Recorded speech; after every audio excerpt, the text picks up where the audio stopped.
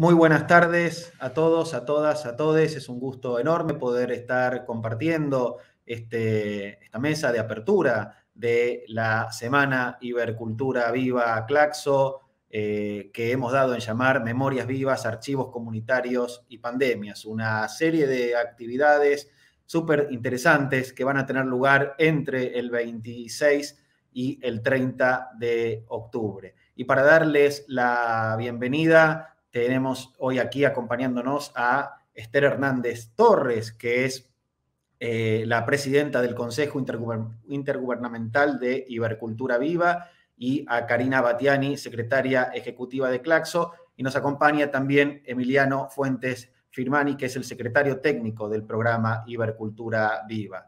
Quiero entonces muy rápidamente darle la palabra a Esther, a Karina, que nos van a dirigir unas palabras a propósito de la inauguración de este evento. Esther. Muchísimas gracias. Buenos días, tardes y noches a todas y a todos.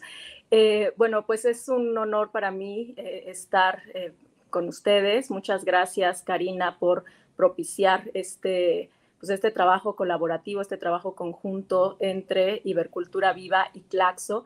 El tema de este encuentro, que culmina con un seminario intensivo sobre las memorias vivas y los archivos comunitarios en pandemia, nos parece fundamental en el programa de Ibercultura Viva.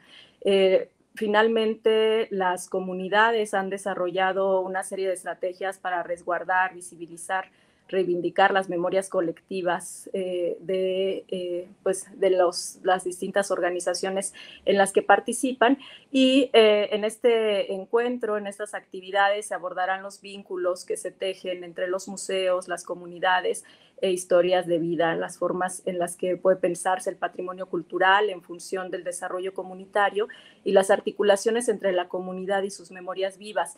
Van a ser algunos de los temas que se aborden en esta semana de actividades. La memoria viva es la memoria de lo cotidiano, es la memoria que está presente en un continuo estar siendo. Por lo anterior, pocas veces en lo cotidiano nos damos el tiempo de detenernos a pensar, a contemplar este presente, y lo damos por sentado como si se tratara de cualquier cosa, ¿no? Sin embargo, esta memoria viva de hoy es la memoria histórica del mañana. Es la que a su vez planteará preguntas y cuestionamientos, la que será fuente de respuestas y de certezas para las siguientes generaciones en su devenir. La memoria viva es lo que somos, lo que hacemos, por lo tanto, nuestra identidad siendo y sintiendo y haciendo. Los vínculos y prácticas comunitarias constituyen esa memoria viva, es decir, cómo nos relacionamos, cómo expresamos un desacuerdo, cómo solucionamos los conflictos, qué creemos que nos significa. En suma, cómo nos relacionamos con los otros y con nuestros entornos. Todos estos códigos con los que habitamos el mundo se construyen en lo cotidiano, en los espacios comunes, y el trabajo que se tiene que hacer sobre la configuración, sobre el resguardo, la importancia de los archivos, es algo que también tiene que procurarse desde una cuestión técnica, porque hay quien selecciona los archivos, quien decide qué es lo que va a transmitirse, a conservarse, a preservarse y demás, pues finalmente lo está haciendo con un juicio de valor, y es una tremenda responsabilidad aquellas personas, la que tienen aquellas personas que deciden qué es lo que se conserva, qué es lo que se preserva, qué es lo que forma parte de este archivo y qué es lo que se comparte, sí, para el futuro, pero también para el presente, para pensarnos y resignificarnos, ¿no? En muchos casos, el tema de la memoria ha estado relacionado a episodios sociales, a conflictos, a episodios de violencia. Sin embargo, también lo que hemos aprendido con las organizaciones culturales comunitarias, con los archivos comunitarios, es que esa memoria también es del goce, esa memoria también es de lo familiar, esa memoria también es del encuentro, es la memoria de lo vivo, es decir, no solamente de aquello que nos configura como sociedad desde lo caótico, lo catastrófico, lo doloroso, sino también lo que nos configura como comunidad a partir de los lazos que se tejen en los espacios comunes, ¿no? Entonces, en ese sentido, pues los diálogos que se realizarán, las conferencias que habrá, estamos a unos minutos de iniciar la conferencia magistral entre Ticio Escobar y Gabriela Pulido Llano. Gabriela Pulido de la Estrategia de Memoria Histórica y Cultural de México, y Ticio, el trabajo que ha desarrollado desde Paraguay con el Museo del Barro, por ejemplo, con los archivos también en el sentido de la memoria y de lo comunitario, pues son dos referentes en estos dos países, pero que también como referentes nos pueden ayudar en este diálogo que se teje a nivel latino-iberoamericano. Pues nada más decir, el encuentro será del 26 al 30 de octubre y finalmente cerraremos con un seminario intensivo, Memorias Vivas, Archivos y Museos Comunitarios, que agradecemos toda la curaduría y toda la visión puntual de Claxo para la organización de este seminario intensivo. Muchísimas gracias, buen día y reitero el agradecimiento, Karina, a Claxo. Gracias.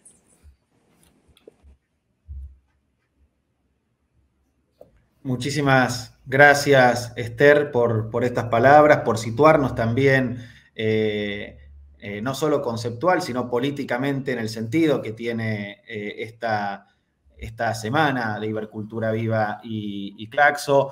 Ahí el trabajo entre los equipos de Ibercultura, el equipo de Emiliano, el equipo de Claxo ha sido intenso y muy, muy fructífero. Así que tenemos también una gran expectativa con todas las voces, los puntos de vista, todas las experiencias que se van a poner en juego, como tú lo dijiste, Gabriela Pulido, referente para el tema en México, Ticio Escobar en Paraguay, pero también hablando en la conferencia que vamos a escuchar unos minutos en clave latinoamericana, seguramente resonará como eco en infinidad de experiencias que están teniendo lugar en nuestra América y bueno, van a seguro contribuir a abrir preguntas, plantear debates e iniciar diálogos. Bueno, Karina, te escuchamos para conocer la opinión tuya, de Claxo, sobre este importante evento.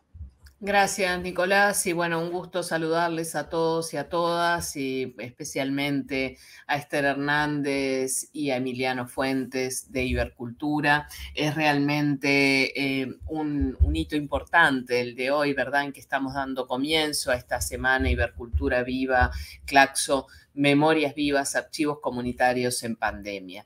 Quiero además agradecer muy, muy especialmente desde Claxo el trabajo, bueno, de Nicolás Arata y por supuesto en conjunto con Emiliano Fuentes de Ibercultura, que hacen posible que hoy estemos comenzando esta semana. Esta es una alianza estratégica entre Claxo e Ibercultura y quiero enfatizar que para Claxo la dimensión cultural es absolutamente estratégica, y que queremos que en el marco de esta alianza también podamos pensar juntos, juntas, actividades que pueden ser coloquios, eventos culturales, en lo que va a ser nuestra próxima conferencia latinoamericana y caribeña de Ciencias Sociales y Humanidades, que se realizará en junio del año próximo, junio del 2022, en la UNAM, en México. Y por supuesto, además, invitar a todos, todas a participar activamente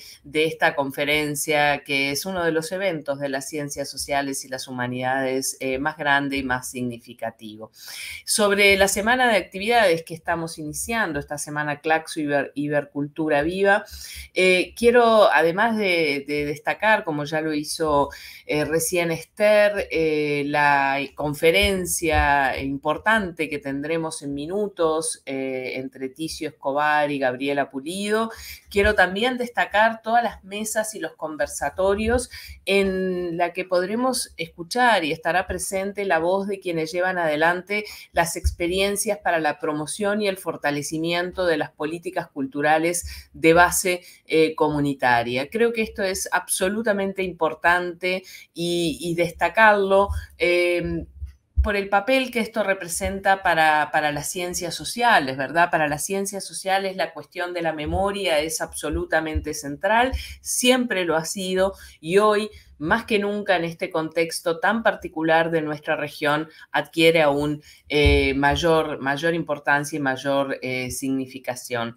Hay una idea por allí, ¿verdad?, de Jorge Alemán, que dice: el neoliberalismo necesita producir un hombre nuevo, engendrado desde su propio presente, no reclamado por ninguna causa o legado simbólico y precario, líquido, fluido y volátil como la propia mercancía. Bueno, nosotros estamos en la vereda de enfrente, estamos parados en la vereda de enfrente, reivindicando primero y antes que nada que somos hombres y mujeres, sujetos históricos, que la memoria es una fuente desde la que pensamos y desde la que construimos nuestras identidades, y desde ahí el rol fundamental que tienen las organizaciones que van a participar en esta semana, en este evento, y que participan, por supuesto, en el trabajo de Ibercultura, así como en el de Claxo. Creemos, por cierto, que esta semana ha quedado con una programación de absoluta calidad,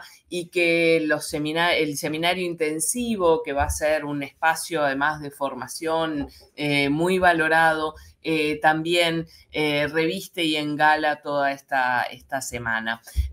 También tenemos previsto la realización del audiovisual, ¿verdad?, que va a permitir tener un material directo de consulta, de referencia en el campo de los archivos comunitarios. En definitiva, creo que estamos iniciando una semana muy importante y que pone ya en acción esta alianza entre Claxo y Ibercultura, que esperamos que continúe y ojalá también en el marco, como ya dije, de nuestra próxima conferencia en México en algo más de 7 meses. Quiero además, por último, destacar que esta iniciativa desde Claxo forma parte del programa que hemos creado de movilización del conocimiento, donde queremos apostar a difundir el conocimiento en el campo de las ciencias sociales, a movilizar, en definitiva, el conocimiento en el campo de las ciencias sociales en distintos formatos, que vayan más allá de los formatos a los que estamos más acostumbrados o más tradicionales quienes hacemos ciencias sociales. Y esta semana es sin duda un muy buen ejemplo en esa dirección. Así que gracias, Nicolás, y gracias, Emiliano, por vuestro trabajo, y por supuesto Esther, feliz de esta alianza que hemos construido, y muchas gracias. Muchas gracias, Karina. Emi, te paso la palabra para que vos nos cuentes un poco en detalle qué vamos a estar trabajando a lo largo de estos días. Sí, muchas gracias, Nicolás, y también a la secretaria Karina y a Esther por la confianza depositada y por el trabajo enriquecido que hemos tenido. Hay algo que me parece que va a atravesar transversalmente todo el proceso que vamos a iniciar en esta semana, que tiene que ver con el diálogo de saberes, y me parece que es una de las claves fundamentales de la alianza Claxo y Ibercultura Viva, pensando también en la disputa de las epistemologías, ¿no?, que han matriciado un poco la construcción de conocimiento en el campo, más en el campo de la cultura comunitaria. Nos gusta decir que Ibercultura Viva tal vez es el programa más latinoamericano de los programas ciber, porque recoge justamente las experiencias de otros paradigmas de organización comunitaria que tienen que ver más con el buen vivir, con el Sumakasai y con otros conceptos de nuestros pueblos originarios que han transversado nuestra identidad mestiza. En este sentido, esta semana de actividades lo que busca también es poder sensibilizar a otras experiencias y otras organizaciones culturales comunitarias que todavía no han identificado el poder de la memoria, ¿no?, o la memoria como poder en la disputa de sentidos y en la construcción de ciudadanía. En ese sentido, traer experiencias exitosas como las que vamos a ver del Museo de Amaré, por citar alguna, en el caso de Brasil, que es una experiencia comunitaria enorme, o políticas públicas como el Museo de Sitio de Tucumán en Perú, con Bernardo Delgado, que también tienen un gran trabajo comunitario, o el Museo Terry de Argentina, que son museos nacionales que tienen una actividad comunitaria que cambia completamente el ecosistema cultural del territorio en el que están desde una perspectiva de participación. Vamos a tener también experiencias de otros países como Paraguay, como Colombia, con archivos étnicos culturales, con mucha comunidad organizada trabajando. Y además, la semana va a incluir el día jueves una actividad especial porque dentro del espacio cultural iberoamericano existen otros programas que trabajan con políticas de memoria y que nos parece interesante poner en relieve. Por eso también hemos invitado a Ibermuseos, que es un programa que ya tiene más de 10 años, con un enorme trabajo y con una línea de trabajo comunitario educativo que ha sido muy celebrada por nuestras organizaciones, y con un programa más novedoso que es Ibermemoria Sonora y Audiovisual, que trabaja justamente con este tipo de archivos. En el caso de Ibermuseos nos va a estar acompañando Alan Trampe, que es el subdirector nacional del Sistema de Museos de Chile, presidente de Ibermuseos. Nos va a estar acompañando también Pavel Granados, que es el director de la Fonoteca de la Secretaría de Cultura de México, y también vamos a estar con Esther, que desde su rol también como directora general de vinculación cultural de la Secretaría de Cultura del Gobierno de México, va a estar contando un poco más en detalle sobre las líneas de trabajo que tiene Ibercultura Viva. Y el cierre esperamos que sea con una gran fiesta, con una gran celebración. Yo no tengo duda que va a ser así porque siempre es celebratorio escucharle, y sé que va a estar con invitados también, que es Mario Chagas, Mario de Sousa Chagas, que es nuestro coordinador pedagógico del seminario que con tanto amor y cuidado estamos construyendo.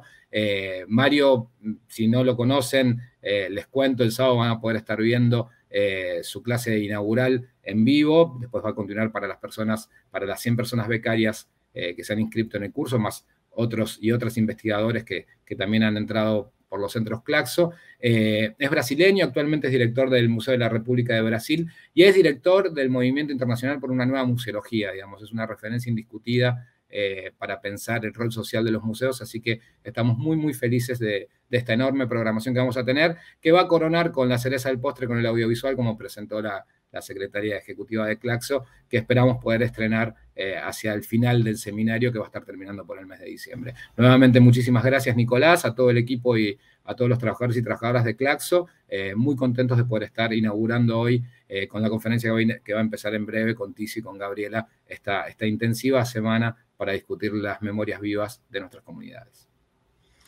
Muchísimas gracias, Emiliano. Movilizar el conocimiento es democratizar el conocimiento, por eso también subrayar esta política concreta de apoyo desde Ibercultura, de ofrecer 100 becas para que 100 compañeros, compañeras de toda nuestra América, de Iberoamérica, puedan acceder de manera completamente gratuita a este excepcional curso que va a dictar Mario y que se va a desarrollar efectivamente a lo largo de los meses de comenzará en octubre en el marco de esta semana, pero durante todo noviembre y parte de diciembre.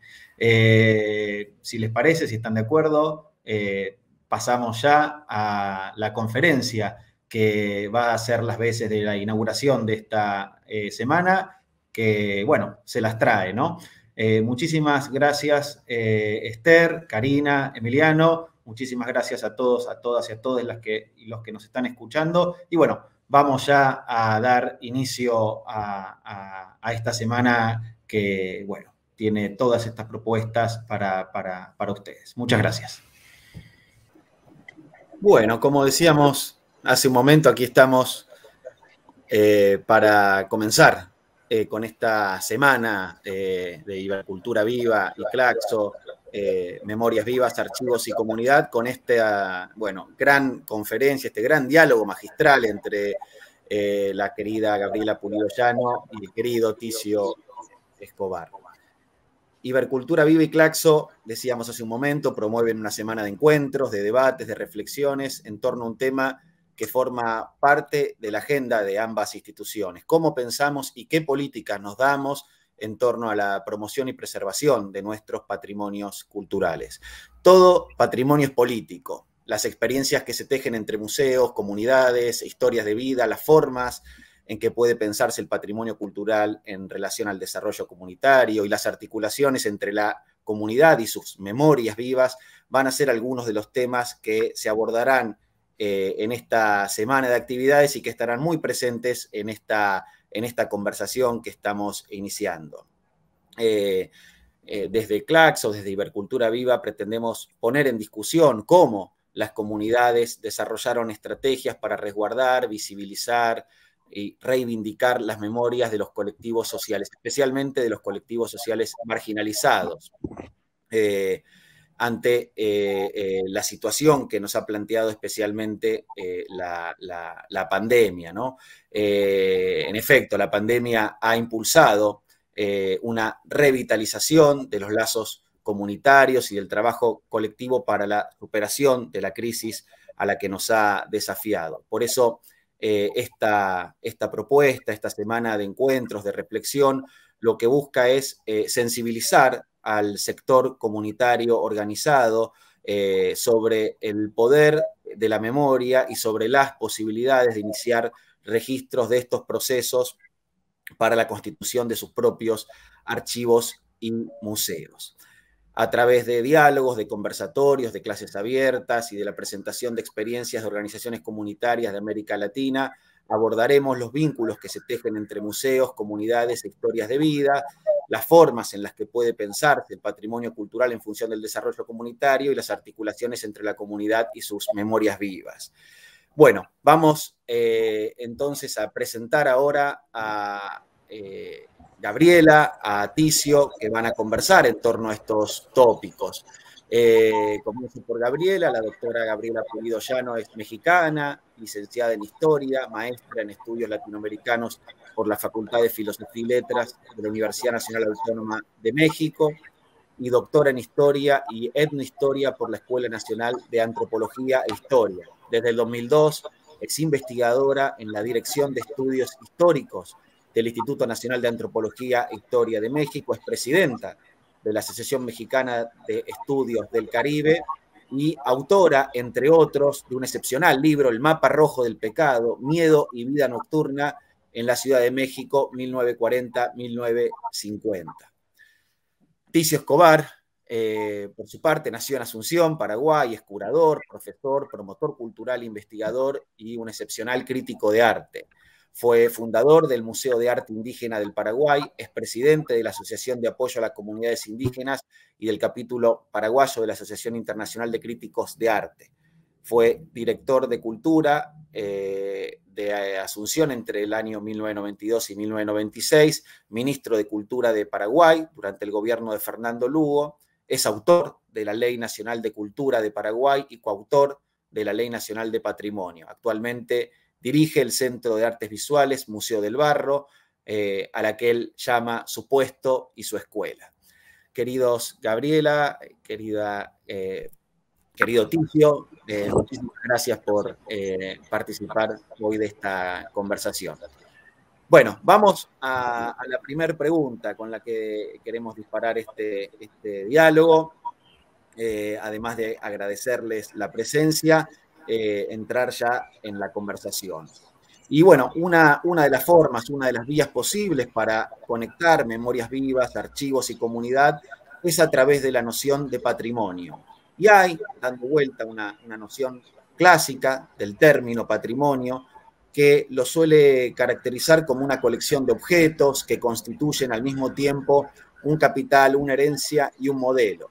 Esa definición clásica de patrimonio parece asumir como punto de partida que hablar de patrimonio es hablar de algo ya dado, de una condición que es inherente a un objeto, cuando creemos que de lo que se trata en realidad es de poder dar cuenta de una construcción social en torno a la idea de patrimonio que está atravesada por numerosas disputas.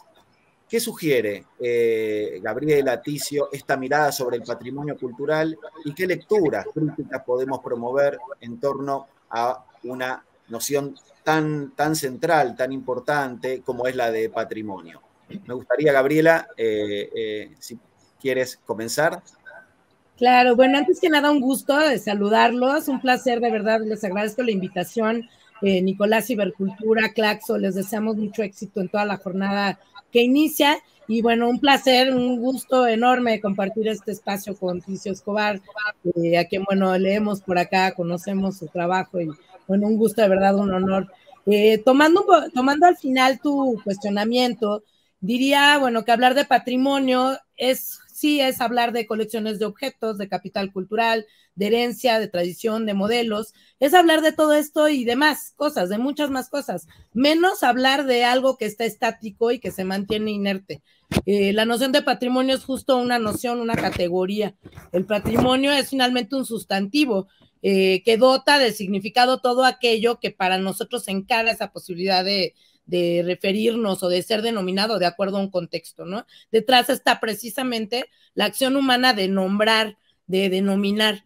Por eso hablamos de patrimonio en su vinculación con procesos de construcción del conocimiento que atraviesan por un número de temas de ángulos sociales, políticos, culturales. Quizás uno de los más relevantes es, por supuesto, el educativo.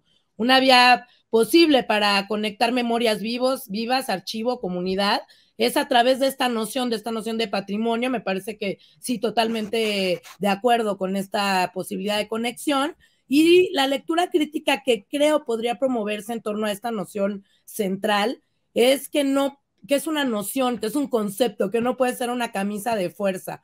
A la distancia de haber encontrado, por supuesto, definiciones muy amables de patrimonio, cuando se empezó a desdoblar el concepto y se empezó a hablar de patrimonio tangible, patrimonio intangible, incluso en la hibridez de ambos conceptos, y todavía más aún recientemente el patrimonio biocultural, que integra estos y otros conceptos más afines. Habría que, pues ya nadie define el concepto de patrimonio desde la inercia, sino desde el estudio y la investigación, ya sea precisando la naturaleza de alguna pieza o de producción o un espacio físico o alguna manifestación histórico-cultural que destaca en espacio y tiempo por sus características más especiales, así como su especificidad en cuanto a un patrimonio que se investiga. Gobiernos, instituciones, comunidades, familias, de acuerdo a los simbolismos cambiantes que evocan en sus coyunturas, denominan de cierta manera ciertos recursos digamos, como de identidad, de nociones de identidad, las denominan como patrimonio, ¿no?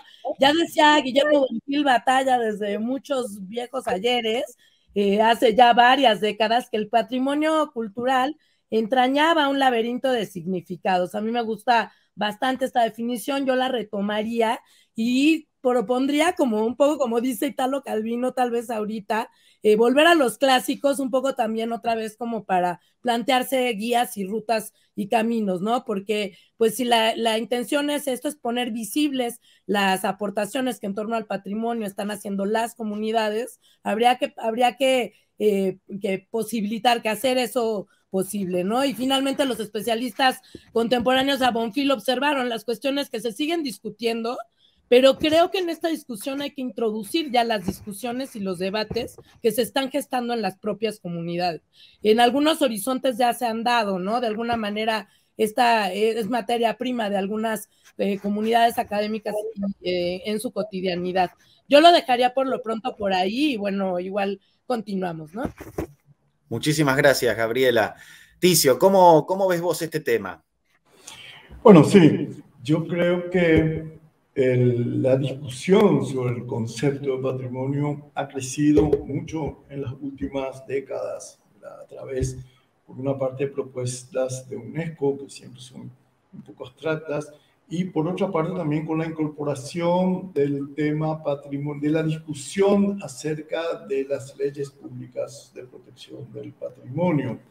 Entonces, un concepto del patrimonio basado más o menos en el concepto estatal, de una memoria estatal monumentalista, conmemorativa, heroica, de pronto el concepto, más que concepto, yo diría el eje de diversidad con el cual se encara el tema del patrimonio, ha abierto a patrimonios locales, patrimonios que tienen que ver con regiones, patrimonios que tienen que ver con culturas específicas, todo el patrimonio como también contramemoria, como no hegemónico, como una posición directamente de disputa simbólica en términos a lo establecido hegemónicamente, que me gustaría nombrar después de esto. Todo el tema del patrimonio intangible, que yo veo muy discutible como formulación, pero por lo menos ha dejado entrar una cuestión, porque hasta qué punto lo tangible, lo intangible puede ver. Todo el ritual que es considerado intangible está lleno de ropas, está lleno de situaciones objetivas y de obras que son siempre perfectamente tangibles. Bueno, de todas maneras, ha permitido entrar mucho, ha abierto una puerta y yo saludo por eso. Entonces, básicamente lo que ha cambiado o lo que se ha introducido, por lo menos en teoría, es el cambio del patrimonio sustancia a patrimonio constructo, ¿verdad? El patrimonio deja de ser considerado una esencia inmutable, heredada, comenzada en algún lugar, en algún punto, en un origen, ¿verdad? Y luego como esencializada o vuelta o fetichizada, o vuelta inmóvil, como dijo Gabriela, ¿no? Versus la posibilidad de un constructo como una creación continua de resignificaciones en torno a unos objetos, pero ahí siempre se plantea el problema de no caer, y un poco irónico el término, en un nuevo constructivismo, es decir, hacer todo como proceso de pura construcción, y entonces el momento de lo dado, si bien no es el único, también importa.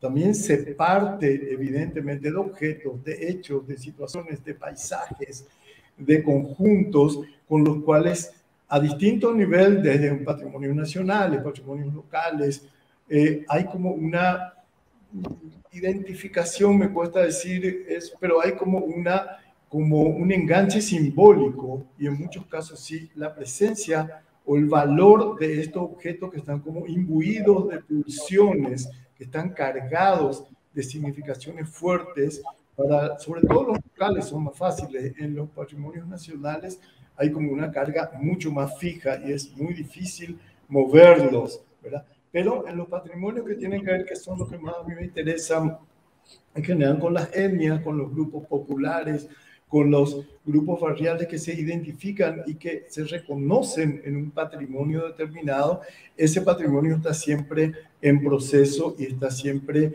como en deriva constante, pero siempre se parten determinadas situaciones y siempre hay algunos objetos que son sagrados, y digo sagrados no en un sentido religioso, sino si cabe un sagrado profano, son lugares o sitios marcados por la cultura, desde la cual se miden determinadas procesos de adquisiciones, cambios, devenires, etc.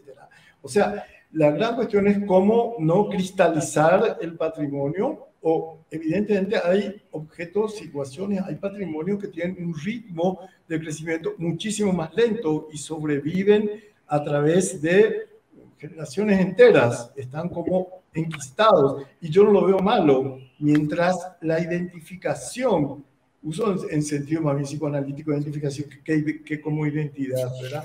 Que esas identificaciones puedan ser dinámicas y sí que puedan ir como generando nuevos procesos de significación que tengan que ver con las propias coyunturas y la posibilidad de que esos objetos, circunstancias, espacios o lo que fuere, sean conectados con una actualidad y como reconocidos en función de haceres sociales, en función de proyectos y en función de deseo, que tiene que ver mucho como una comunidad desea, o una colectividad, un colectivo cualquiera, desea como mantener ese patrimonio, desea o registrarlo, o desea memorizarlo, o desea como archivarlo, o las distintas formas de inscripción institucional que tienen determinados objetos, ¿no? Y bueno, entonces un poco la cuestión se plantea, quizás el desafío en este momento es cómo se plantea como tener un registro o una inscripción sin caer en la fetichización, cristalización o reificación de ese objeto, de esa situación planteada, ¿no? También llego un poco hasta ahí también para que sigamos luego. Extraordinarios, Gabriela, Ticio. Vamos a darle un giro a propósito de uno de los, de otro de los grandes significantes que están, de los grandes temas que están presentes en esta jornada, las memorias vivas de nuestras sociedades. Y a propósito de eso, el querido Héctor Toto Schmuckler decía que las memorias son menos una nube metafísica de la que uno descuelga recuerdo y más un campo de batalla donde se disputan sentidos, interpretaciones, y a propósito de eso también, otro gran intelectual argentino, Nicolás Casullo, definía ese campo de batalla, por lo menos en la Argentina, pero seguramente se puede pensar en clave latinoamericana, ese campo de batalla de las memorias disputado por dos grandes bloques de memorias vivas, el representado, decía él, por la memoria oficial y aquel que reunía, que acomunaba las memorias vencidas, la que reivindicaba la historia militar, eclesial, liberal del país y la que se organiza, en cambio, en torno a una historia popular. Y concluía Casullo, decía, la memoria vencida es precisamente, o reviste esa condición de vencida, porque no contó con un archivo o porque sus archivos fueron saqueados, desmantelados, ardidos. ¿Cómo les resuena esta idea en el espacio cultural de Iberoamérica o de Latinoamérica en particular? Y cómo también se puede aterrizar en el contexto de las sociedades mexicana y paraguaya. Ticio, si quieres ahora comenzar tú. Sí, con gusto. Bueno, yo encuentro por una parte como bloques así de concebir, entender el patrimonio, por una parte un patrimonio oficialista u oficial, digamos, que en general está propuesto del Estado, desde la Iglesia, etcétera, al cual me había referido, por una parte, que es, en general, es entender la captación de la memoria por una lógica instrumental del poder. Hay como una puja de utilizar ideológicamente en general lo que fija el patrimonio, porque después me quisiera hablar en alguna cuestión referente al papel del Estado en el patrimonio, que el Estado en sí no tiene un patrimonio más que una representación supuesta de diversos patrimonios, aunque la nación misma esté involucrada en ello, ¿no? Y ese patrimonio yo entiendo que trata de clausurar el trabajo de la memoria en algunos puntos, fundamentalmente heroico, epopélicos, etcétera. O sea, hay una edición ideologizada de la memoria. Siempre el patrimonio supone una edición. No puedes recordarlo todo, recordar es recortar también, y ese proceso de edición que se recuerda, que se mantiene, que se fija como patrimonio en parte, porque nunca puede ser totalmente fijado, etc. El segundo momento es como un marketing consumista. Es lo que Huizham llama el boom de la memoria, ¿no? La memoria producida por la sociedad espectáculo, copada por el sistema del mercado, la industria cultural de la memoria, por ejemplo, la turistización de los recuerdos, etc. Después, el momento que podríamos llamar de tecnopatrimonio, que es el absolutismo informático, que se cumpla aquel viejo sueño borgiano en una clave así un poco siniestra, si se quiere, perversa al menos, de que todo pueda ser recordado, todo puede ser archivado, y conduce un poco a la imposibilidad del olvido, que son los intersticios fundamentales para la construcción de memoria, un poco el momento de Funes el Memorioso, que al recordar todo queda trabado en su... no olvida nada, entonces aquello no se puede elaborar, es un bloque así. No puede interpretar nada, tampoco. No puede interpretar, no tiene distancia de interpretación. Y también, hoy mismo ocurrió un hecho que a mí me hizo pensar también en el saqueo colonialista de los patrimonios, ¿verdad?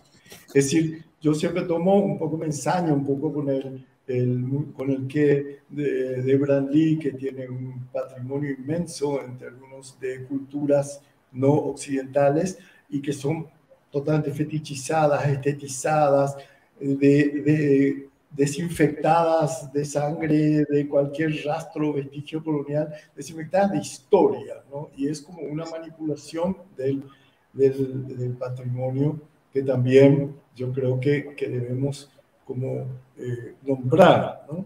Y ante esos modelos podríamos quizá hablar de una contramemoria en el sentido que Foucault habla, ¿no? Como memorias de resistencia o memorias autogestionadas o memorias de la diferencia, por lo menos no necesariamente contrahegemónicas, sino que se mueven o en otro plano. Y hay disputas, por supuesto, por el sentido, que son disputas políticas, que es la disputa más importante política, yo creo que es por el sentido, ¿verdad?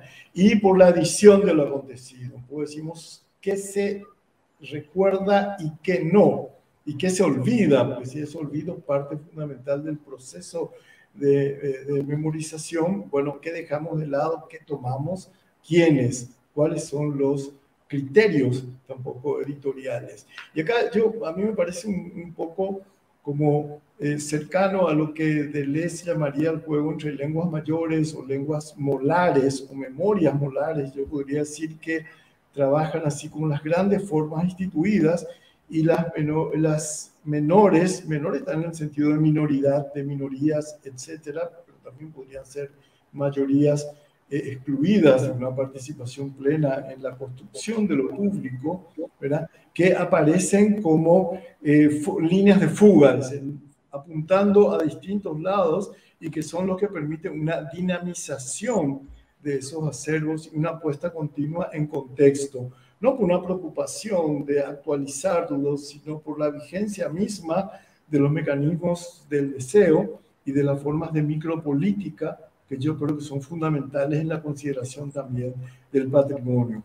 Cuánto de subjetividad, cuánto de inconsciente, cuánto de deseo, cuánto de afectación en el cuerpo entran en la consideración también de los patrimonios que generalmente no son visibilizados cuando hablamos de genocidio.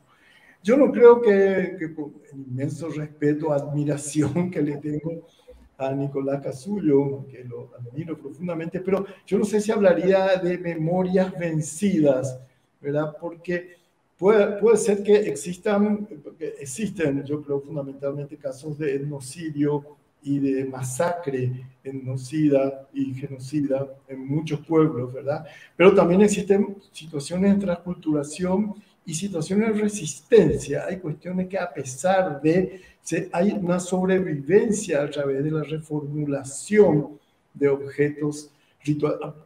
Yo no creo que exista pueblo sin archivo, a lo mejor sin archivo occidental, en sentido occidental, o anglo-euro-occidental si quieren, pero todo el sistema de mitos, de rituales, de objetos consagrados, etcétera, son formas de memoria quizá mucho más potente y mucho más viva que otras que estén simplemente consignados, escritos en archivos más o menos fijos, ¿no?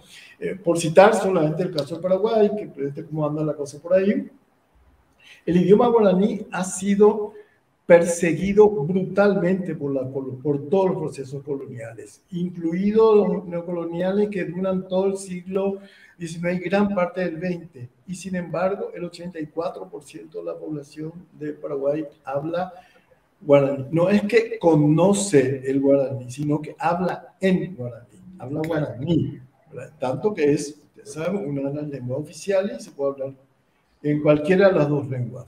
Y eso es realmente un patrimonio que ha sobrevivido a todas las más feroces y violentos sistemas de persecución y de intento de etnocidio, como un ejemplo simplemente, ¿no?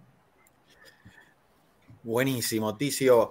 Gabriela, ¿cómo se ve este tema de las disputas por las memorias vivas desde México, en este momento también tan particular que está viviendo México, ¿no? Sí. Bueno, yo retomaría algunas ideas que lanzó por ahí Ticio desde la pregunta anterior y por supuesto, bueno, suscribo la idea de las memorias vivas en disputa, que se parecen más a un campo de batalla que a una nube metafísica. Me gusta mucho esta metáfora, bueno, esta idea, porque afortunadamente existen las disputas en este campo que no es nada frágil de la memoria viva, ya que esto le imprime movimiento a conceptos que fácilmente caen en una zona de confort y que los damos ya por sentados, ¿no? Entonces ese movimiento nos ayuda a cuestionarnos, a discutir, a debatir, que al final pues es parte de lo más importante de mantener estos conceptos revitalizados, ¿no? Como formulaban para la pregunta anterior acerca del patrimonio, de alguna manera pareciera que la memoria no la definimos los hombres, ¿verdad? Y que no hay continuidades, procesos, en fin, una cantidad ahí de procesos que tenemos que considerar. Si algo está aparejado a la noción de memoria es precisamente este proceso de resignificación, como lo comentaba Ticio anteriormente, ¿no? El acto de resignificar deriva de las adaptaciones a los contextos particulares. La idea de una memoria oficial y una memoria más que vencida, yo diría de los vencidos, justo, tomando ya el caso mexicano, está totalmente presente en el contexto mexicano. Hay una reivindicación de la memoria hegemónica, mientras que se conoce poco, se ha conocido poco de las memorias comunitarias. Conocemos partes de las memorias vivas en las comunidades a través de manifestaciones explícitas, como son incluso de todos estos fenómenos que comentaba Ticio, que se han convertido, bueno, en sujetos de folclore y de cultura, bueno, de cultura en venta, ¿no? Por decirlo a la manera de mi profesor Ricardo Pérez Monfort.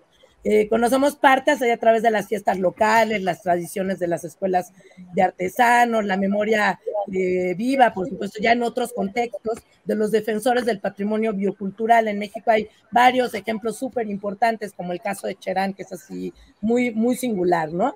Y por otro lado, obviamente, de los colectivos que están vinculados a las desapariciones forzadas. Por ahí, retomando un poco esta cuestión que comentaba Ticio acerca del Estado asumiéndose como constructor de memoriales que recuerdan estos eventos dolorosísimos para la historia y que, bueno, no se mantienen sin justicia. También recientemente, bueno, hemos reflexionado acerca de la construcción de los antimemoriales que están llevando a cabo los colectivos frente a estos procesos pues súper interesantes, ¿no? Memoriales, antimemoriales, que nos permiten estar cuestionándonos justo las estrategias de reconocimiento y de recuperación de la memoria.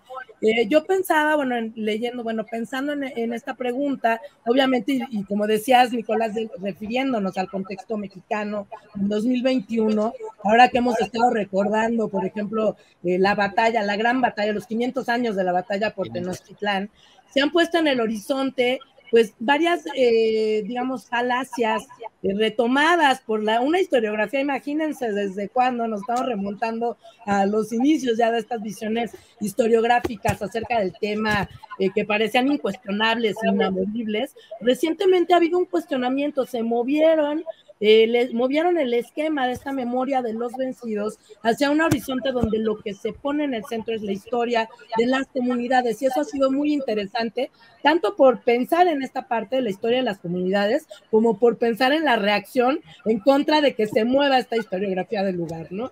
Estoy pensando en un ejemplo que he estado escuchando muy recientemente con motivo de la publicación de un libro que se titula así, La batalla por Tenochtitlán, cómo se ha mencionado en toda la historiografía hasta la fecha, se había pensado en el fanatismo de los mexicas cuando reciben a Hernán Cortés como fanatismo, justo pensando en estos criterios de civilización y barbarie, y entonces mencionaba, se ponía como ejemplo de ese fanatismo, cómo habían percibido a Hernán Cortés como Quetzalcóatl, y de ahí derivaban toda una diatriba acerca de la barbarie de estas comunidades, ¿no? Pero no se pensaba igual de los españoles, que en las fuentes referían que habían llevado a cabo sus acciones porque recibían mensajes de parte de Santiago Apóstol, ¿no? Porque ellos no eran fanáticos, ¿no? Por ser católicos, desde el pensamiento occidental, etcétera. Entonces, este movimiento, ahorita aquí en México, en términos de conceptos, está generando un montón de discusiones muy interesantes, incluso las muy interesantes que buscan plantearse la preservación de esas visiones anteriores historiográficas, ¿no? Y de dejarlas en ese anquilosamiento, ¿no? Como si justo estas visiones fueran parte de ese patrimonio heredado por la historiografía. Yo lo dejaría ahí. Muchas gracias. Muchísimas gracias, Gabriela, Ticio. Bueno, de los patrimonios a las memorias, de las memorias a las políticas. Quisiera invitarlos ahora a conversar y a pensar en torno a las políticas, a las formas de resguardo de nuestras memorias comunitarias. En este evento van a estar conversando referentes de experiencias comunitarias que son responsables de resguardar, de difundir, de poner en valor, también de poner en discusión el patrimonio cultural de algunos de nuestros países: Argentina, Brasil, Colombia, México, España, Perú, entre otros. También vamos a desarrollar todo un seminario que va a continuar hasta diciembre, coordinado por Mario Llagas, de la Universidad Federal del Estado de Río de Janeiro, presidente del movimiento internacional por una nueva museología sobre el tema. ¿Cómo ven ustedes las políticas, las estrategias que podríamos tomar como referencia para pensar acciones colectivas que contribuyan a fortalecer las experiencias como las que se van a abordar en estos días, ¿no? Experiencias que tienen que ver con archivos comunitarios de Palenque, el archivo Renato García Donantes de México o el archivo de la memoria trans en Argentina, por citar solo algunos ejemplos. ¿Cómo les parece que puede pensarse una política en torno a la promoción, a la defensa, al impulso de estas experiencias? Gabriela, ahora si quieres comenzar tú. Claro, bueno, seguramente va a ser una gran experiencia compartir con Mario Chagas acerca de las políticas y estrategias que pueden tomarse como referencia, ¿no? Para pensar estas acciones colectivas, así como lo comentabas. Y bueno, pensaba yo, reflexionaba acerca de esto que van a revisar, la experiencia del Archivo Histórico Comunitario de Palenque y del Archivo Renato García Dorantes, ¿no? Aquí en México, ya sea con esta inclinación por recuperar el patrimonio biocultural o lo que se valora como buenas estrategias de divulgación acerca de esta experiencia, aprovechando, por supuesto, las redes sociales y las tecnologías de la información.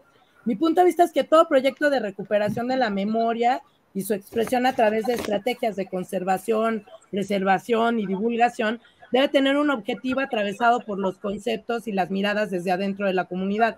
De esto aprendí mucho a partir del trabajo con mi maestro Mario Camarena del INA, que tiene, bueno, él años, ¿no? Es una institución, pues, en el INA, y ha trabajado en numerosos proyectos de historia, de museos comunitarios y de recuperación de la memoria colectiva a través de la historia oral como herramienta central. Mario nos enseñó mucho que cualquier proyecto comunitario de esta naturaleza se identifica con una forma de definir la memoria, el tiempo, el espacio, desde adentro de la comunidad, no puede imponerse desde afuera, ¿no? Entonces, todo proyecto podría asumirse como que identifica estas denominaciones desde la propia cosmovisión u organización comunitaria, y a partir de ahí reconstruir los significados de aquello que quiere mostrarse o resguardarse mediante las herramientas de divulgación o museográfica. Una política de preservación de una memoria comunitaria y su puesta en práctica, ya sea constituyendo un acervo o integrando un museo. Desde el punto de vista de Mario, inicia con la instalación de un taller breve de algunas sesiones donde se discuta acerca de estas nociones de espacio, tiempo, memoria intrínsecas a las comunidades. ¿Qué se entiende por todas estas nociones? ¿No? ¿Cómo se expresan? ¿Qué elementos las constituyen? ¿Qué elementos las describen y las dibujan? Esta experiencia, por ejemplo, en el caso de Mario, la llevó a la práctica la comunidad de Cherán, y desde ahí, bueno, iniciaron la construcción de un museo comunitario, pero justo empezaron discutiendo cómo podían plasmar en un museo comunitario, cómo podía plasmarse esta noción de memoria en un museo, a partir, bueno, de estos conceptos atravesados por las experiencias regionales, ¿no? También otro profesor mío de Lina, del cual he aprendido también muchísimo, Gerardo Necoechea, muy conocido por allá en Argentina en los talleres de historia oral y en todas las asociaciones de historia oral. Él nos ha hecho reflexionar acerca de cómo las tradiciones o estas tradiciones que podemos dejar plasmadas a través de los instrumentos o de las herramientas de divulgación parten de una reflexión acerca de qué tradición se busca pertenecer como comunidad. No necesariamente es la que uno consideraría. Para ello, recuperar los testimonios de estas personas que constituyen la comunidad da una idea de qué nociones, de qué tradiciones son los referentes cotidianos, ¿no? Creo que en ese sentido yo ahí lo dejaría. O sea, recuperaría ambas como estrategias. Por un lado, crear talleres de reflexión acerca de qué se entiende por memoria, tiempo y espacio, que es finalmente lo que uno traduce a esos espacios museísticos o a los espacios o a los entornos de divulgación, como las redes sociales, ¿no? Estaba revisando el Centro Cultural, ¿no? Del Centro Cultural, las redes, Renato García Dorantes, las redes del Centro Cultural, y bueno, un poco como esas reflexiones cotidianas que puedes tener en las redes, ¿a qué apelan? ¿No? ¿Qué nociones de tiempo, espacio que pueden ser también muy provocadoras, pues, ¿no? Gracias. Yo ahí lo dejaría también, Nicolás.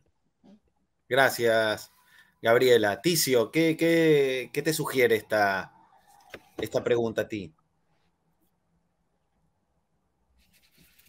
Lo que acaba de plantear Gabriela, porque es el involucramiento del propio sujeto que recuerda o que recuerda y recrea su patrimonio. Si el patrimonio es, como lo estamos definiendo, es también en gran parte un proceso de resignificación de objetos, de situaciones que tienen que ver, un proceso de resignificar en función de nuevas preguntas que lanza la historia, o nuevas necesidades, a veces necesidades urgentes que precisan.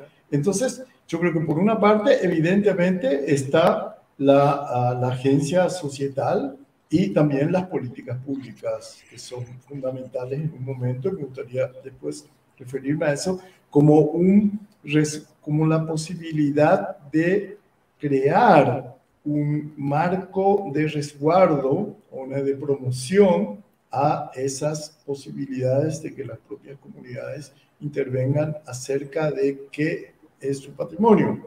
Si hablamos de un deseo de patrimonio, yo me refería justamente a eso, que no se puede imponer desde afuera qué es lo que se necesita archivar, guardar, documentar, etcétera. En última instancia, también complementar con la perspectiva de las propias comunidades que de pronto reconocen o se reconocen en cuestiones que desde otra mirada antropológica, más o menos convencional, una mirada incluso impulsada por el Estado, son perfectamente insignificantes y podrían ser prescindentes. Ahora, en este momento se está estrenando, o posiblemente va a pasar enseguida a Buenos Aires, una película paraguaya de Aramí Ullón que se llama Apenas el Sol, y que es el intento de un indígena ayoreo de ir prendiéndose de nuevas tecnologías. Él descubre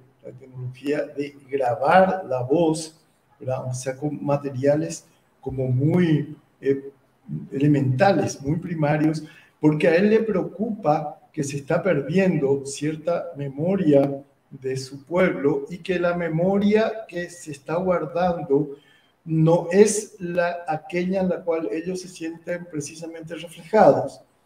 E incluso por supuesto que hay una disputa política fuerte atrás, pero no está planteado tanto en esos términos, porque este señor, que es un hombre muy mayor, tiene como una paciencia, un tempo así tranquilo, casi diría una dulzura de cómo él va siguiendo. No es que dicen, no, usted no sabe nada, no está en nuestra memoria, sino paralelamente va intentando, a veces la tragedia que se le trae una cinta, pues grababan con mecanismos así obsoletos de grabación y tal, y eso conforma, como por eso decía, de una perspectiva micropolítica muchas veces, ¿no? Eso da como una poesía a la película enorme, y es objetivamente ese intento del cual estamos hablando, ¿verdad? Que una comunidad se reconozca y resignifique continuamente los objetos, porque, como se dijo bien, el objeto en sí puede ser nada. El tema es el plus simbólico que se le otorgue, ya sea desde los valores de la patria, que este objeto puede haber sido un objeto seguido por un héroe o el vestido o el casco de alguna gran figura que está significado de alguna manera, o cómo se van cargando otras situaciones de un valor simbólico e imaginario, no solamente simbólico. Siempre hay un plus que trasciende también lo imaginario, lo simbólico en cuanto a inscripción, ¿verdad? Y sobrepasa ya el plano del símbolo y recurre a la necesidad de la imaginación, de la ficción, de la creatividad, si quieren, del arte o no, o del mito, o de lo que fueran aquellos otros elementos que van más allá del asiento, digamos, archivístico o de la inscripción. Un elemento del acontecimiento siempre rebasa el plano de la inscripción que lo sostiene, ¿no? Entonces, a mí esa memoria complementaria, ¿verdad?, que discute el objeto de un registro, es una reserva de arte y de política, ¿verdad? Y digo, ¿por qué menciono arte? Porque yo creo que ese objeto de resignificación en general se convierte en una cuestión que nosotros podríamos llamar de arte, porque necesita apelar a formas suficientemente intensas y poéticas como para asegurar que se preserve aquello que se está resignificando. O sea, aunque no importa plantear eso como una obra de arte, a veces nos entendemos mejor cuando nombramos ese intento de convocar la sensibilidad y convocar para una determinada proceso de resignificación. Y esa resignificación yo relaciono mucho con el concepto benjaminiano de lo que es la memoria. Para él, el sentido político, o sea, el sentido vivo de una memoria es la posibilidad de convocar del pasado un hecho, traerlo al presente para encomendarle digamos, una misión, no son esos los términos de Benjamin, una visión que mira al futuro, ¿verdad? O a la construcción de presente, o ahí hay el aspecto de construcción. Y ahí está el aspecto de lo dado, aquello que se trae, ¿verdad? Que trae, incluso en una tradición de convocar, de traer algo, y luego al formularle otro destino, quizás no sea otro, quizás sea el mismo, como venimos usando Gabriela y yo, que a mí me gusta que esta coincidencia entre nosotros de una resignificación, ¿verdad? De un volver hasta a veces si quiere refrescar o desempolvar los significados que tiene la cosa, ya basta con ponerlos de nuevo en actividad de diálogo con su tiempo. Bueno, perdón, creo que me extendí un poco, pero... No. Perfecto, no, por favor.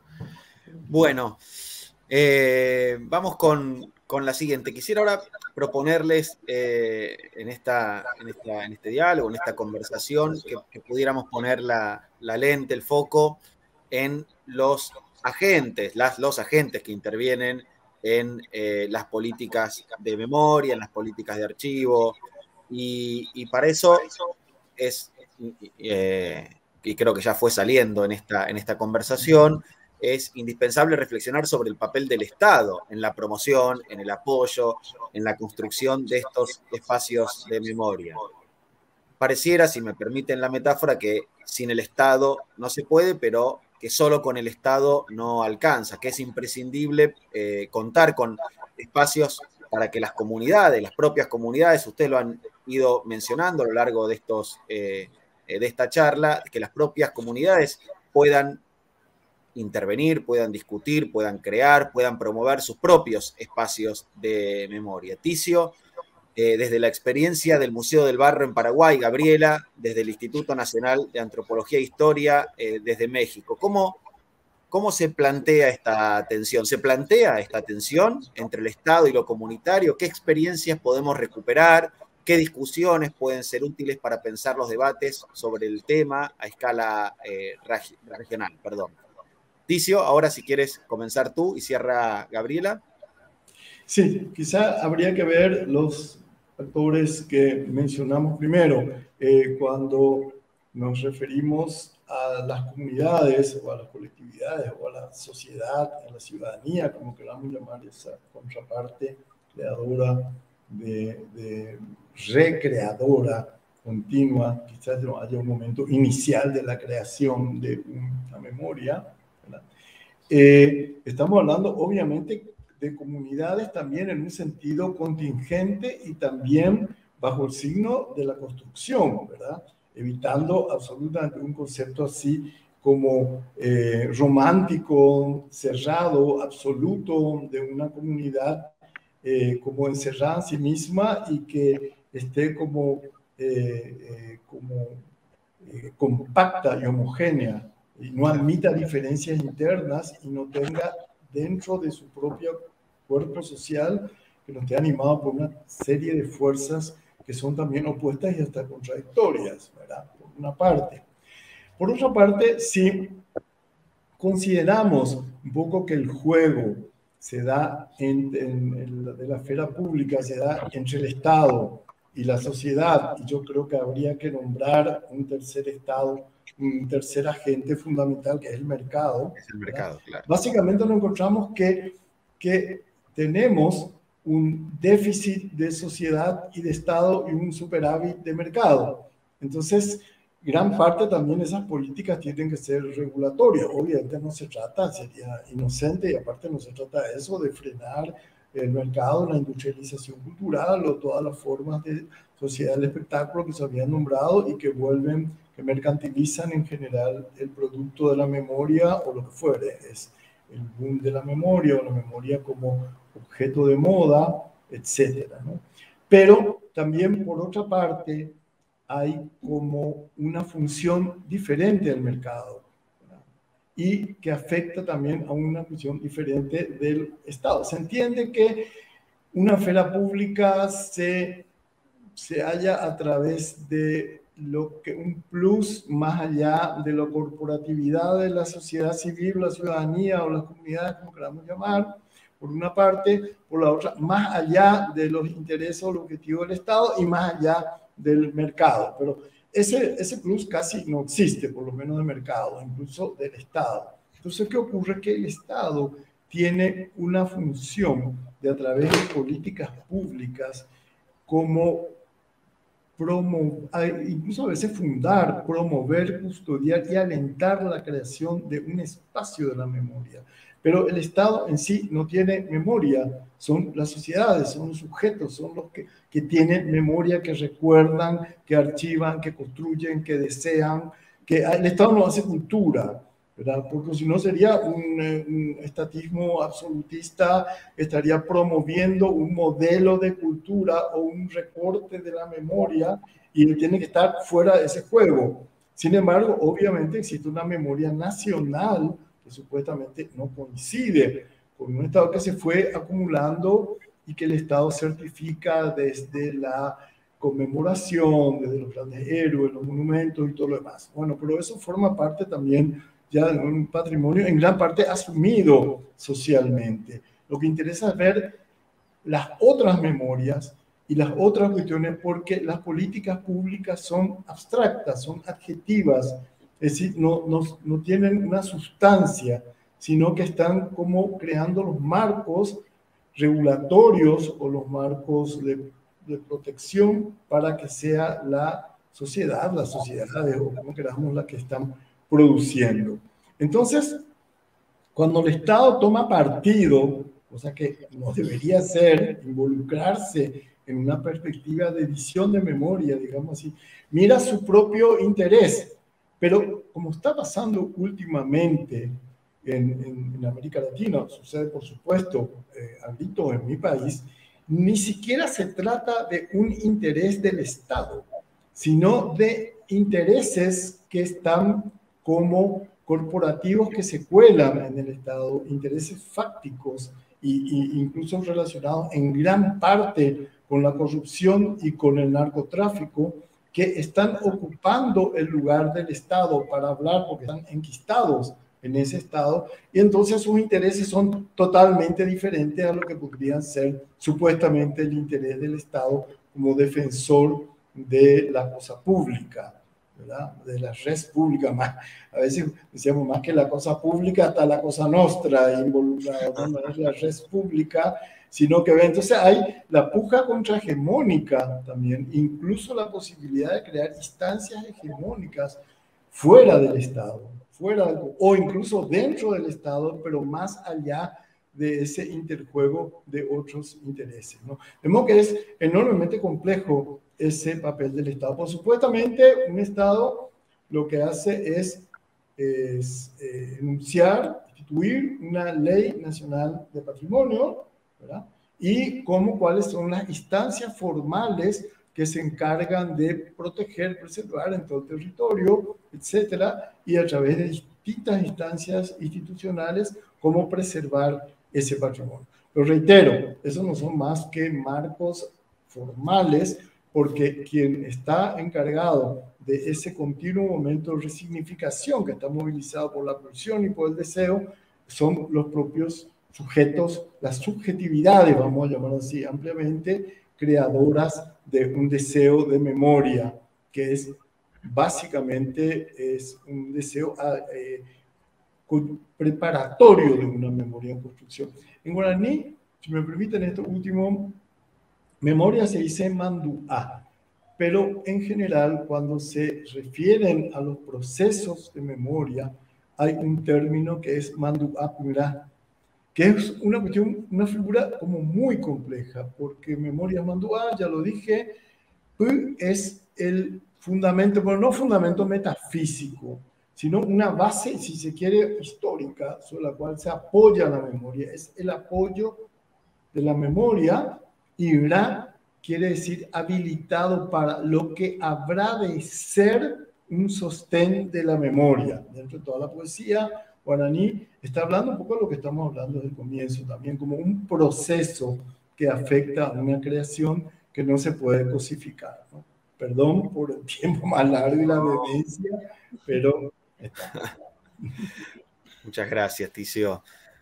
Gabriela. No, me parece muy interesante esto que comentaba Leticia acerca de esta presencia del narcotráfico, ¿no? También como un agente nuevo que hay que tratar de enfrentar y ver de qué manera se aplican estas políticas. Y bueno, aquí en México hay varios proyectos interesantes para atomizar, digamos, de alguna manera buscar a través de los proyectos culturales, comunitarios, también medidas de sanación, ¿no? Con respecto a la violencia del narcotráfico en distintas regiones. Entonces hay que ver, apenas están aplicando, promoviendo, entonces hay que ver los resultados en el breve o mediano plazo de estas experiencias. Yo creo que hay que recuperarlas también ahora de estas maneras como ustedes lo hacen, ¿no? A través justo del cotejo, pues, de experiencias. Creo que reflexionar, obviamente, como lo comentaba Ticio, acerca de los agentes que intervienen en las políticas de construcción de la memoria es fundamental. El Estado juega un papel, siempre lo ha jugado, a veces más grandilocuente que otras veces. Si se construyen estos grandes archivos hegemónicos, ¿no? Donde se resguarda la memoria, o estos grandes procesos culturales donde ha habido pues siempre experiencias de distinta índole, y bueno, no siempre la participación del Estado hay que verse con connotación negativa, obviamente, ¿no? Está probado que si solamente es la visión del Estado, falta por lo menos la mitad de la película, si no es que más, ¿no? Entonces, para poder tener en la actualidad, pues, esta película pues lo más completa que se pueda, es imprescindible contar con espacios donde las comunidades puedan intervenir, discutir, crear y promover sus espacios de memoria, por supuesto, ¿no? De hecho, cada vez hay una necesidad mayor para que el involucramiento de estas comunidades defina rutas decisivas de posicionamiento, como lo han demostrado algunas acciones muy concretas. Por ejemplo, me preguntabas del INAH. En el INAH hay algunas experiencias fascinantes, ¿no? El INAH es esta gran institución del Estado que tiene, como dice Ticio, por reglamentos y esto, la atribución de proteger el patrimonio. Sin embargo, pues también hace falta resignificar estos procesos dentro del INAH como esa gran institución, ¿no? De alguna manera, muchos proyectos de los colegas del INAH han logrado saltar también estos enfoques y se han colocado como acompañantes de comunidades en la creación de procesos culturales interesantes, como es el colectivo de los afrodescendientes, acompañado por un colectivo interno del INAH promoviendo acciones organizado por la doctora María Elisa Velázquez, que en ese acompañamiento respetuoso de las comunidades han logrado avanzar y profundizar de maneras muy interesantes en la investigación y el conocimiento de ese patrimonio afrodescendiente en México. Yo pondría eso como un ejemplo muy relevante de trabajo desde adentro de la institución, también así como, repito, bueno, el trabajo de Mario Camarena con la propia comunidad de Cherán, que ahora está dando también resultados interesantes, como la reciente publicación de un libro escrito por el Consejo de Jóvenes de la comunidad de Cherán, que es una comunidad autónoma en México. Entonces, bueno, van dando como resultados. Sin embargo, esta no es la política institucional, estas son las acciones apoyadas por la institución, desde luego, de agentes como investigadores, académicos, que han logrado aterrizar estas experiencias, ¿no? Igual también vería el trabajo de Gerardo Necochea, recuperando la memoria a través de la historia oral, la memoria de las violencias de Estado en México, ¿no? Recientemente, cuento rápido, hubo una acción de presentar un proyecto que va a haber para recuperar una plaza, la plaza de Tlaxcuaque, que es una placa que entraña un simbolismo muy profundo con respecto a la guerra sucia y a los procesos de violencia de Estado posteriores a la guerra sucia en México. Y en la intervención, las autoridades señalaron que quien va a estar detrás de la edificación de este sitio de memoria van a ser los colectivos que han encabezado, bueno, la búsqueda de familiares de la desaparición política, etcétera, y entonces, pues ahí estaremos viendo que eso se cumpla, ¿no? Que sean estos colectivos quienes pongan el enfoque sobre ese sitio de memoria para que realmente las generaciones de jóvenes que no tienen, pues que no están familiarizados con los temas y los que vienen, tengan a su disposición en la plaza pública, en el espacio público, estos referentes que son también pues parte de las memorias contemporáneas, ¿no? de nuestro país, independientemente de que formes parte de estos colectivos o no. Y nada más rápidamente decir que, bueno, recientemente aprendí al lado de los colectivos, de la gente de los académicos que trabajan con estos colectivos, de estas memorias dolorosas, que bueno, la memoria está ahí, se le busca invisibilizar por el Estado, por la academia, por los grandes enfoques lapidarios, pero la memoria pertenece a las comunidades, ahí está. O sea, ¿no? Si esto, como comentaba Ticio, va uno, rasca, recuperas, ¿no? Ahí está. Nos están escuchando muchísimos colegas, compañeros, compañeras que trabajan estos temas, que trabajan en esos archivos, que trabajan con las memorias populares. Y ahí nos gustaría mucho, para finalizar este maravilloso diálogo, yo que no vengo a estos temas he aprendido muchísimo escuchándolos hoy, es, bueno, cómo podemos pensar y cómo podemos contribuir a fortalecer esta idea de comunidad organizada en torno a las memorias vivas y a la promoción de sus archivos, de sus espacios de memoria.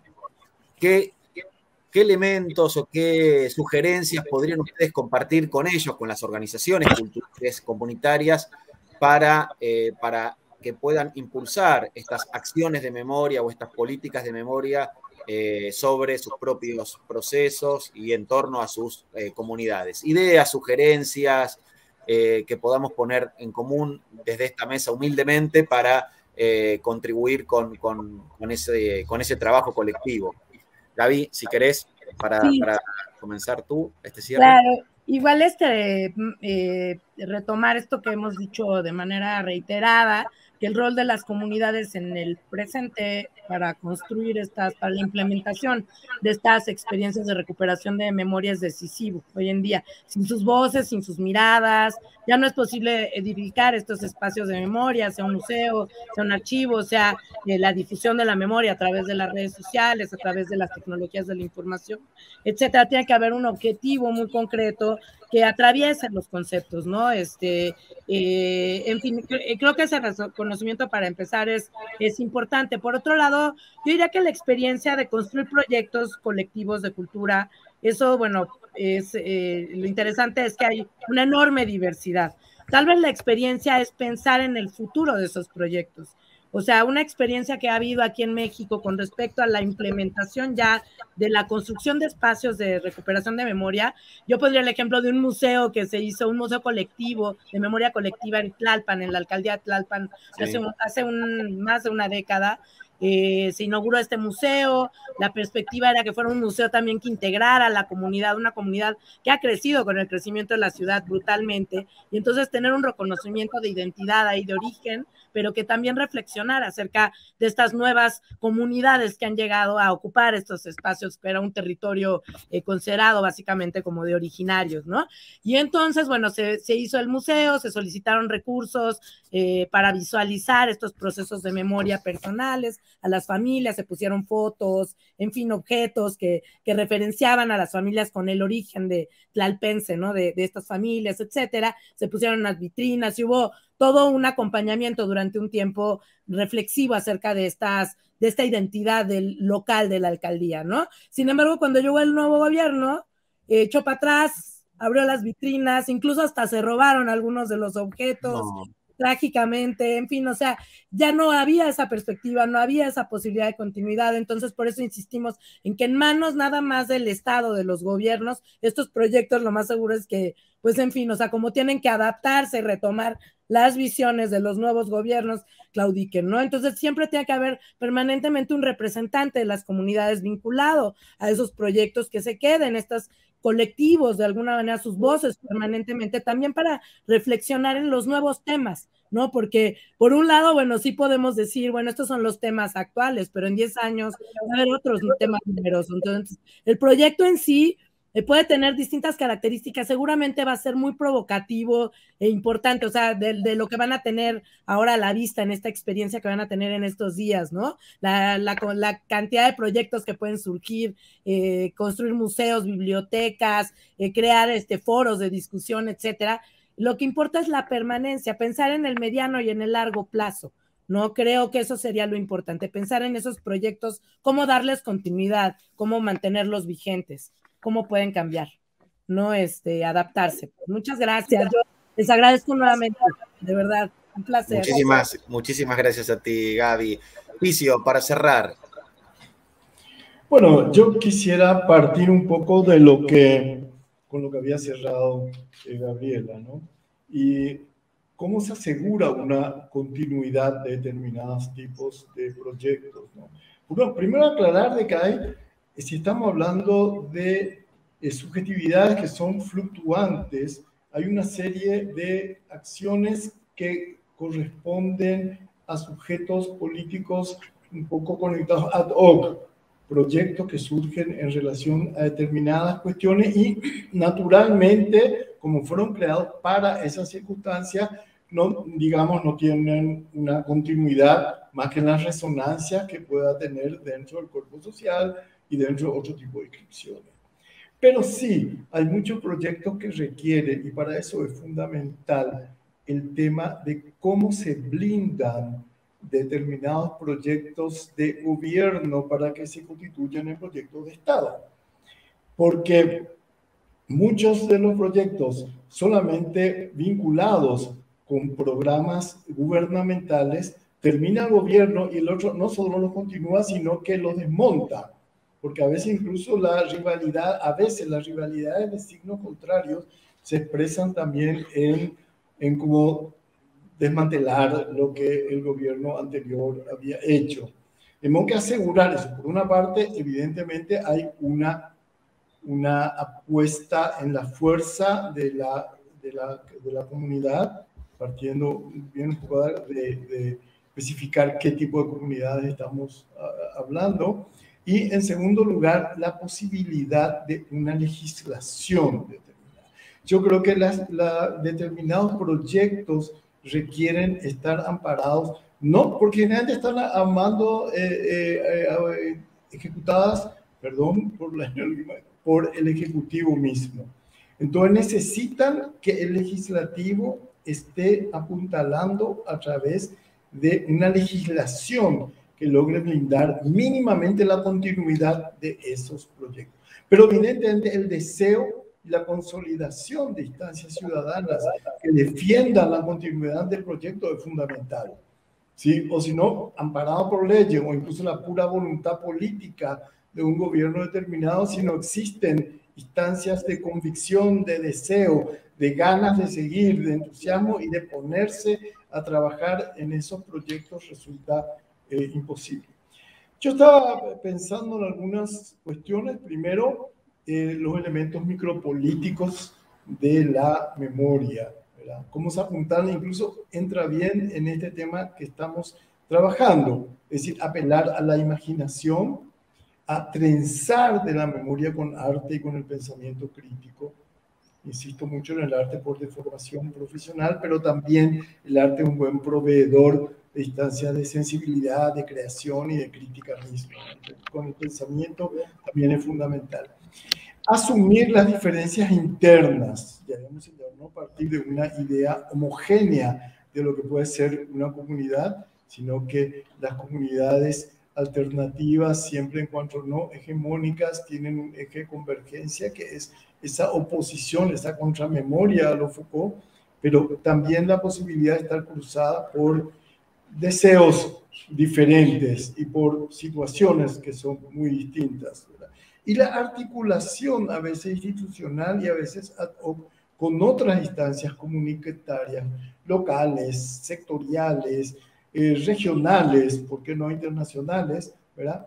Entonces evitaría el enclaustramiento de una comunidad también en un proyecto determinado, aunque sea un proyecto que tenga que ver directamente con una comunidad.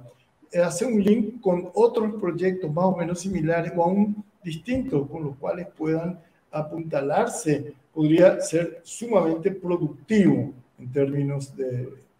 Y no la señalamos también, pero quizá convenga en esta instancia repetir la no dogmatización de la memoria, ¿verdad? No fijar la memoria. ¿Por qué es el peligro de dogmatizar la memoria? Está en que justamente ese plus que vuelve valioso un objeto en términos de objeto de identificación suele tener un plus aurático, una atracción o un valor determinado que podríamos decir sagrado, toda vez que nos cuidemos de no hacerlo sagrado algo religioso, sino algo, como decíamos, sagrado profano, pero que tiene que ver con los imaginarios, las formas simbólicas, las representaciones, las creencias de un colectivo determinado, a no nombrar solo a las comunidades, ¿verdad? Y después entender el papel que tienen determinados dispositivos de fijación de memoria que no pasan por los archivos en las memorias convencionales e incluso trascienden el plano simbólico para acudir lo imaginario, como son las culturas ágrafas. Yo el ejemplo de ese ayoreo les había dado en un momento determinado, ¿verdad? Los diferentes esfuerzos por mantener una memoria oral y en gran parte la importancia del ritual y la importancia de los mitos, que son grandes, no solamente grandes preservadores, usando mal ese término, pero la idea es esa, sino también grandes como constructores de memoria, porque la memoria en gran parte está también sostenida por la imaginación, por la ficción, por la recreación en clave imaginaria, una cantidad de formas que no se sostienen solas en términos de un discurso, sobre todo cuando no está sostenido en un discurso archivístico, ¿verdad? Sino que trasciende el momento de la pura distinción. Bueno, básicamente esos serían los puntos que yo... un ejemplo, acá en Paraguay ocurrió en el año 2012 una tragedia feroz, que fue una masacre de Curuguatú, en la cual murieron muchos campesinos y muchos policías. No se sabe cómo murieron unos y otros, porque está casi demostrado que no se mataron unos a otros, sino que terceros intervinieron en ese crimen. ¿Y qué ocurre? Que por una parte el trabajo de la memoria oficial es siempre una memoria que está mandada por una investigación, cómo se describen objetivamente los hechos, cuál es el lugar, qué ocurrió, cuáles son las localizaciones, cuáles son las testificaciones de quienes participaron o fueron testigos ocasionales de lo que pasó, etc. Y ese tipo de memoria trata de clausurarse, de definirse en un documento, esto pasó, o incluso aunque no pueda ser explicado completamente, esto no puede ser explicado, pero tiene que ser documentado, tiene que ser como registrado en el término más directo de ese término. ¿Qué ocurre? Que lo que se generó a nivel social es una cuestión, no sé si llamar contramemoria, pero sobre todo como mecanismo de memoria diferente. Es una enorme cantidad de documentales, de ficciones, de escritos que fueron encarando el caso de Curuguatú, pero sobre todo en una posición determinada que es una posición de pregunta. ¿Qué pasó en Curuguatú? Que es una pregunta que no puede responderse porque tiene demasiadas respuestas quizá, o que remite siempre a otras preguntas, o que genera eso que hablamos, proceso de resignificación continua en torno a una memoria que resuena en la memoria de la dictadura, que resuena en la memoria de todas las violencias que envuelven a una situación que tiene su propia historia, que no surge solamente ahí, que remite a otras tradiciones, a otras maneras de persecución. La lucha por la tierra del campesinado resuena con potencia allí. Entonces, ¿qué pasó en Curuguatú? Es no solo una posición resignada ante saber que una pregunta no va a ser contestada, porque sería remover demasiadas cosas que no convienen al Estado, sino porque también mantienen vivo el lugar de la pregunta. Yo creo que eso es un hecho político fundamental, porque permite y habilita un sitio de continuas resignificaciones, a través de la cual no solamente imaginar un futuro, sino también encontrar esperanzas en el pasado, también en las relecturas del pasado. Como dice Walter Benjamin, recordar, voy a tratar más o menos de recordar, de armar esa frase que es compleja como todas las suyas. La memoria no se trata tanto de recordar cómo fue un hecho, sino cómo relumbra en momentos de peligros. Eso. Y justamente allí es lo que pasa. No, quizá no hay forma de reconstruir un hecho excesivamente complejo que quizá fue concebido ya para quitar todas las pistas posibles. Pero sí cómo resuena en un momento de peligro, en un momento de radicalización de la historia, o en un momento en condensación de una serie de significaciones, ¿verdad? Entonces, ¿cómo resuena ahí eso que ocurrió? ¿Cómo resuena hoy de cara, si se quiere, a futuro o a muchos futuros posibles? Yo creo que es un acto de política y un acto también estético enormemente fuerte, porque muchos de los hechos que se hicieron comunitariamente fueron hechos de una carga estética inevitable, casi diría yo, quizás no buscando expresar eso, pero sí necesariamente resonando, o como, para usar la palabra de Benjamin, como dice así, no, lo acabo de decir, no me acuerdo, pero es brillando. Que relumbra, dice, que relumbra en un instante de peligro. Relumbra en un instante de peligro. Relumbran en la memoria a veces, con los años también tiene otras situaciones. Como relumbra en un momento de peligro, o en un momento extremo, o en un momento radical, o en un momento de historia sangrante, como se pueda llamar la tragedia de la historia que lamentablemente se renueva siempre. Hasta ahí más o menos. Muchísimas gracias, Ticio. Muchísimas gracias, Gabriela. Nos han regalado una conversación, un diálogo extraordinario con una cantidad de temas para pensar, que como suele suceder también en la pregunta y la respuesta, desbordan el mapa de lo que teníamos trazado, pensado, pero que precisamente por eso también lo enriquece. Queremos, en nombre de Claxo, en nombre de Ibercultura Viva, agradecerles profundamente este tiempo, esta palabra, estas reflexiones. Agradecerles también a todos, todas, todes los que nos están escuchando, que nos están acompañando. Con esto cerramos el primer día de esta semana de Ibercultura Viva Claxo, en donde queremos pensar la cuestión de nuestros patrimonios, la cuestión de nuestras memorias vivas, de nuestros archivos, para precisamente proyectarnos como pueblos, como sociedades hacia el futuro, pero recuperando, repensando y reivindicando también nuestros pasados, especialmente nuestros pasados comunes y compartidos. Les dejamos hoy por aquí y les invito a escuchar mañana y a partir de mañana la serie de conversaciones que van a tener lugar en el marco de esta actividad. Un muy fuerte abrazo a todos, a todas y a todos. Gracias. Muchas gracias. Gracias por la invitación. Un abrazo. Muchas gracias. Hasta luego, Ticio. Gracias por la invitación. Buen día.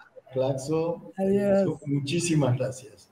Fue un enorme, muchas gracias, Gabriela. Fue un enorme placer dialogar contigo también.